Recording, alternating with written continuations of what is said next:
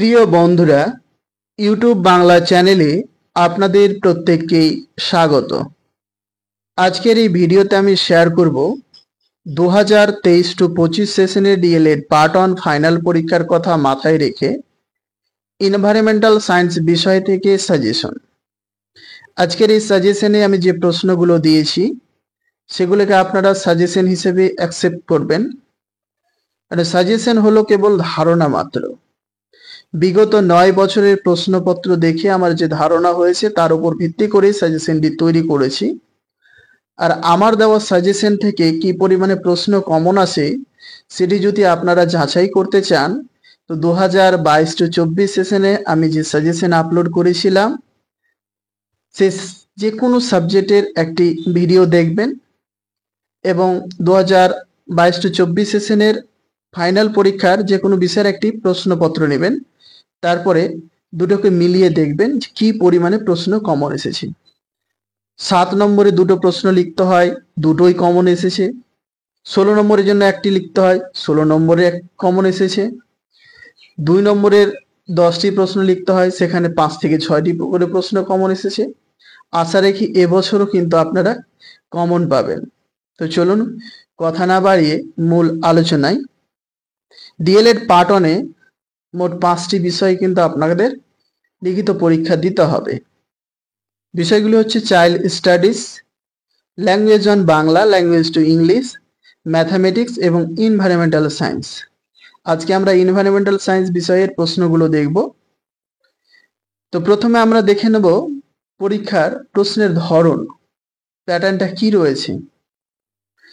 মোট 100 নম্বর করে রয়েছে প্রতিটি সাবজেক্টে। তার মধ্যে 30 নম্বর রয়েছে প্রজেক্টের জন্য আপনাদের কিছু প্রশ্ন দেবে, সেটা লিখে আপনারা কলেজে জমা করবেন। সেখানে কিন্তু আপনাদের 28 থেকে 29 নম্বর করে প্রত্যেককেই কিন্তু স্যাররা দিয়ে থাকে। আর 70 নম্বর কিন্তু আপনাদের লিখিত পরীক্ষা দিতে হবে অন্য কোনো প্রতিষ্ঠানে গিয়ে। তো সেই 70 নম্বরের প্রশ্নের প্যাটার্নটা হচ্ছে 20টি এমসিকিউ প্রশ্ন থাকে, সেখানে 20 নম্বর, প্রতিটি প্রশ্নের জন্য 1 নম্বর করে বরাদ্দ রয়েছে। 4টে করে অপশন থাকে, সঠিক অপশনটি কিন্তু আপনাদের খাতায় লিখতে হবে। আর 2 নম্বরের জন্য 12টি প্রশ্ন দেওয়া থাকে, সেখানে 10টি লিখতে হবে, তো 20 নম্বর। 7 নম্বরের জন্য 3টে প্রশ্ন থাকে, 2টো লিখতে হয়। আর 16 নম্বরের জন্য 2টো প্রশ্ন থাকে, 1টি লিখতে হয়। তো টোটাল হচ্ছে 20, 20, 40, 14 আর 16, 30, তো 40 আর 30 70 নম্বর আপনাদের লিখিত পরীক্ষা দিতে হবে। এবারে আমরা দেখে নেব প্রশ্নগুলো। 1 নম্বরের জন্য কিন্তু এমসিকিউ প্রশ্নের জন্য সাজেশন দেওয়া সম্ভব নয়, তারপরেও আমি টেক্সট বইটিকে খুঁটিয়ে লাইন বাই লাইন পড়ে যে প্রশ্নগুলো কালেক্ট করেছি সে প্রশ্নগুলোকে আপনি 4টে পার্টে শেয়ার করব। প্রায় 200টি প্রশ্ন রয়েছে প্রত্যেকটি বিষয় থেকে, যেগুলি আপনাদের কিন্তু পরীক্ষার প্রস্তুতির ক্ষেত্রে ভীষণভাবেই কাজে দেবে। আর 2 নম্বরের জন্য আমি এখানে মোট 30টি প্রশ্ন দিয়েছি। আশা রাখি এখান থেকে আপনারা 5 থেকে 6টি প্রশ্ন 100% কমন পাবেন। তাই আমি বলি, আমি সাজেশনে যে প্রশ্নগুলো দিয়েছি সেই প্রশ্নের উত্তরগুলোকেই আপনারা আগে ভালোভাবে পড়বেন, তারপরে যদি আপনি পড়তে পারেন তাহলে অন্য প্রশ্ন পড়বেন। কিন্তু আমার সাজেশনে যে প্রশ্নগুলো রয়েছে সেই প্রশ্নগুলোই আগে আপনারা ভালোভাবে পড়বেন। প্রথম যে প্রশ্নটি রয়েছে 2 নম্বরের জন্য, জোয়ার ভাটার কারণ উল্লেখ করুন। এই প্রশ্নটি কিন্তু ভীষণ গুরুত্বপূর্ণ, কারণ 2014-16 এই প্রশ্নটি এসেছে, 2016-18 এসেছে, 2020-22 এসেছে, 2022-24 এসেছে। এরপরে 2 নম্বরে যে প্রশ্নটি রয়েছে, সিসিই এবং এনসিএফটিই এর পুরো নাম কি? এই প্রশ্নটিও বেশ কয়েকবার এসেছে, প্রশ্নটি ভীষণ গুরুত্বপূর্ণ। এটি 2014-16, 2016-18, 2019-21, 2017-19, 2018-20 সেশনে পরীক্ষায় কিন্তু এসেছিল। 3 নম্বরে যে প্রশ্নটি রয়েছে, রক্তের প্রধান উপকরণের নাম লিখুন। প্রশ্নটিও ভীষণ গুরুত্বপূর্ণ। 2017-19, 2020-22, 2021-23 এই প্রশ্ন এসেছিল। 4 নম্বর রয়েছে, খাদ্যকে কয় ভাগে ভাগ করা যায় ও কি কি? এই প্রশ্নটি 2014-16, 2015-17 এসেছে। এরপর রয়েছে অনুশিক্ষণের দুটি বৈশিষ্ট্য লিখুন। এই প্রশ্নটি গুরুত্বপূর্ণ, 2014-16, 2016-18, 2020-22 এসেছে। বন্ধুরা, আমি প্রত্যেকটি সাবজেক্টের সাজেশন দেওয়ার পরে প্রত্যেকটা সাজেশনের উত্তর কিন্তু আমি পার্ট পার্ট করে আলোচনা করার চেষ্টা করব এই ইউটিউব চ্যানেলে। তো আপনারা যদি এই চ্যানেলটিকে সাবস্ক্রাইব করে না থাকেন তাহলে অবশ্যই সাবস্ক্রাইব করে রাখুন। আর আজকের এই ভিডিওগুলো আপনারা কিন্তু আপনাদের বন্ধুদের, আপনাদের কলেজ গ্রুপে, ফেসবুকে, হোয়াটসঅ্যাপে বেশি বেশি করে শেয়ার করে বন্ধুদের দেখার সুযোগ করে দিন। ওয়েস্ট বেঙ্গলে ডিএলএড সংক্রান্ত সবচেয়ে বড় ইউটিউব চ্যানেল এবং ফার্স্ট ইউটিউব চ্যানেল হচ্ছে ইউটিউব বাংলা। তা আপনারা অবশ্যই সাবস্ক্রাইব করবেন। তো চলুন, নেক্সট যে প্রশ্নটি রয়েছে, শিক্ষক শিখনে DW অ্যালেন এর অবদান কি? এই প্রশ্নটি 2018-20 এসেছে। এখানে টাইপ একটু মিস্টেক হয়েছে এবং 2021-23 দিয়েছে। এরপরে যে প্রশ্নটি রয়েছে, অক্ষরেখার দুটি গুরুত্বপূর্ণ বৈশিষ্ট্য উল্লেখ করুন। এই প্রশ্নটি গুরুত্বপূর্ণ, 2014-16, 2021-23 দিয়েছে। তারপর রয়েছে খবরের কাগজ কোন ধরনের শিক্ষা উপকরণ এবং কেন? প্রশ্নটি গুরুত্বপূর্ণ, 22-24 দিয়েছে। নেক্সট প্রশ্ন রয়েছে পাঠ্যক্রম প্রণয়নের দুটি নীতি উল্লেখ করুন। এই প্রশ্নটি গুরুত্বপূর্ণ, 2017-19, 2020-22 দিয়েছে। তারপরে প্রশ্ন মালভূমি কাকে বলে? ভীষণ গুরুত্বপূর্ণ প্রশ্ন, 2017-19, 2020-22, 2021-23, 2022-24 দিয়েছে। নেক্সট প্রশ্ন রক্তের প্রধান দুটি উপাদানের নাম লিখুন। এই প্রশ্নটি 2014-16, 2016-18 দিয়েছে। নেক্সট প্রশ্ন মূল্যায়নের দুটি উপকরণের নাম করুন। এই প্রশ্নটি গুরুত্বপূর্ণ, 2017-19, 2020-22 দিয়েছে। নেক্সট প্রশ্ন পারদর্শিতার অভিজ্ঞতা কাকে বলে? নেক্সট প্রশ্ন শিশু কেন্দ্রিক শিক্ষা বলতে কি বোঝায়? ভীষণ গুরুত্বপূর্ণ প্রশ্ন, 2015-17 দিয়েছে। এখানে টাইপ মিস্টেক হয়েছে, 2018-20, 2020-22, 2021-23, 2022-24। অনেকবার এই প্রশ্নটা এসেছে এবং রিপিটও হচ্ছে পরপর। তারপর রয়েছে যে প্রশ্নটি সুষম খাদ্যের প্রয়োজনীয়তা কি? 2018-20, 20-22 এই প্রশ্নটি দিয়েছে। 16 নম্বর প্রশ্ন সুষম খাদ্য কাকে বলে? 2015-17, 2016-18, 2021-23 প্রশ্নটি দিয়েছে। 17 নম্বর যে প্রশ্ন রয়েছে নির্মিতিবাদের মূল বক্তব্য কি? এই প্রশ্নটিও ভীষণ গুরুত্বপূর্ণ, 2014-16, 2016-18, 2020-22, 2022-24 অনেকবার দিয়েছে প্রশ্নটি। 18 নম্বর যে প্রশ্নটি হচ্ছে বিজ্ঞানের ভাষায় কাজ কাকে বলে? এই প্রশ্নটি দুবার দিয়েছে, 14-16 এবং 20-22 দিয়েছে। নেক্সট প্রশ্ন পরিবেশ সংরক্ষণের দুটি গুরুত্বপূর্ণ কাজের উল্লেখ করুন। প্রশ্নটি দুবার দিয়েছে, 14-16, 16-18। পরের প্রশ্ন প্রকল্প পদ্ধতির ধাপগুলি লিখুন। এই প্রশ্নটি 2022-24 দিয়েছে, ভীষণ গুরুত্বপূর্ণ প্রশ্ন। তারপরে যে প্রশ্নটি রয়েছে পরিবেশ বিজ্ঞান পাঠের দুটি উদ্দেশ্য লিখুন। গুরুত্বপূর্ণ প্রশ্ন, 2015-17, 2018-20, 2022-22 এই প্রশ্নটি দিয়েছে। তারপরে যে প্রশ্নটি রয়েছে শিক্ষার অধিকার আইন 2009 এর মূল বক্তব্য কি? এই প্রশ্নটি 2014-16, 2016-18 দিয়েছে। 23 নম্বর প্রশ্ন পাঠ্যক্রম রচনায় সমন্বয় নীতি কাকে বলে? 15-17 দিয়েছে। তারপর রয়েছে পাঠ্যক্রমের মূল্যায়ন কাকে বলে? 2016-18, 2021-23 দিয়েছে, গুরুত্বপূর্ণ প্রশ্ন।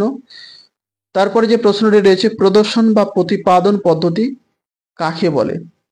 প্রশ্নটি 3 বার দিয়েছে, 14-16, 17-19, 20-22। ভালো প্রশ্ন এটি একটি। তারপর রয়েছে জল দূষণের দুটি কারণ উল্লেখ করুন। এটি 2018-20, 21-23 দিয়েছে। তারপরে প্রশ্ন জ্ঞান নির্মিতি কথাটির অর্থ কি? গুরুত্বপূর্ণ প্রশ্ন। তারপর রয়েছে অভিক্ষার ব্লুপ্রিন্ট কাকে বলে? ভীষণ গুরুত্বপূর্ণ প্রশ্ন এটিও। তারপর রয়েছে প্রাথমিক শিক্ষায় গল্প কথন পদ্ধতির দুটি সুবিধা ও দুটি অসুবিধা উল্লেখ করুন। এটি 2019-21 দিয়েছে। এবং সর্বশেষ 2 নম্বরের জন্য যে প্রশ্নটি রয়েছে পরিবেশ বিজ্ঞান শিখনে কয়েকটি পদ্ধতির নাম লিখুন। এরপরে রয়েছে 7 নম্বরের জন্য প্রশ্ন। 7 নম্বরের জন্য কিন্তু আপনাদের দুটো প্রশ্নের উত্তর লিখতে হবে, দেওয়া থাকে 3টে প্রশ্ন। আমি এখানে যে প্রশ্নগুলো দিয়েছি এর মধ্যে আপনারা 7 নম্বরের দুটোই প্রশ্ন কমন পাবেন চোখ বন্ধ করে। প্রথম যে প্রশ্নটি রয়েছে, সক্রিয় গবেষণা কাকে বলে, এর সুবিধা অসুবিধা ও বৈশিষ্ট্য লিখুন।